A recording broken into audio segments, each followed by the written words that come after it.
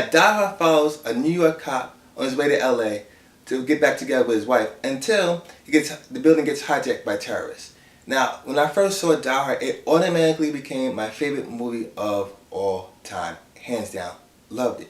And the reason why Die Hard was so good was because of the characters. Now, John McClane didn't have any military background like John Rambo. He wasn't a machine like the Terminator. He was just a regular guy who was sarcastic, who was at the wrong place at the wrong time. And it's played perfectly by Bruce Willis.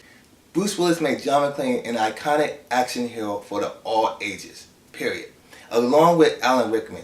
Alan Rickman played Hans Gruber and made Hans Gruber the best Die Hard villain and one of the best movie villains of all time. He was just that good. You would think that these two iconic characters would have a lot of scenes together, but not in this movie. At most, they had 3 scenes together in the same room.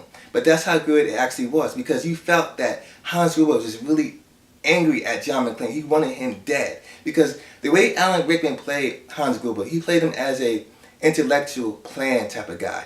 And Bruce Willis played John McClane as a loose cowboy who got the job done no matter what happened. He didn't have any type of plan going for him. But you can tell that they're 2 different characters, but you can tell they really don't like each other. Felt the intensity between each scene, between hero and bad guy. And nowadays, if you said that the 2 main characters in the movie will not see each other, it wouldn't work. But Die Hard made it work. And that's how I love the way how John McClane directed this movie. And John McClane in this movie was an underdog. I consider this an underdog movie because John McClane was against 12 terrorists. And no one was willing to help him. Aside from Al Powell, played by Family Matters guy, Reginald Van Johnson. Other than that, he had the FBI against him, who didn't like him. You had the chief of police, who didn't like him. Everybody else was against him. Even the 911 girls, who he called to get for help, didn't help him. So it was just a true underdog movie. The way John McTiernan filmed this movie, this was a movie where you didn't have the luxury of going to different sets, going to different places, going to different locations, because this guy, John McClane, is trapped inside of a building. But John McTiernan made it such an entertaining movie from beginning to end. And if I don't say anything about Die Hard is an adrenaline rush from beginning to end. It's so action-packed. I just absolutely love Die Hard. And Die Hard, for me personally, is the best action movie ever made, hands down. You can put Die Hard up against any other action movie to date, and I bet you 9 times out of 10, or more times than not, it will win out.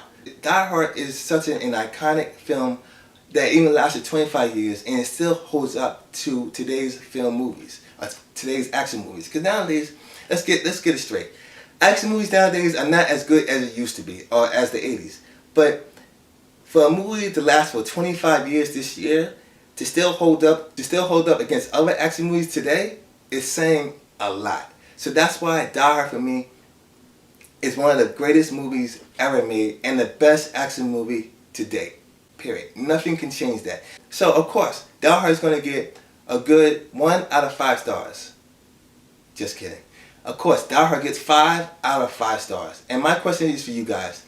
What is your favorite action movie of all time? It could be Terminator 2, Terminator, Rambo, First Blood, any movie. So, if you like this review, please rate, comment, subscribe, and until next time, Movie Nation.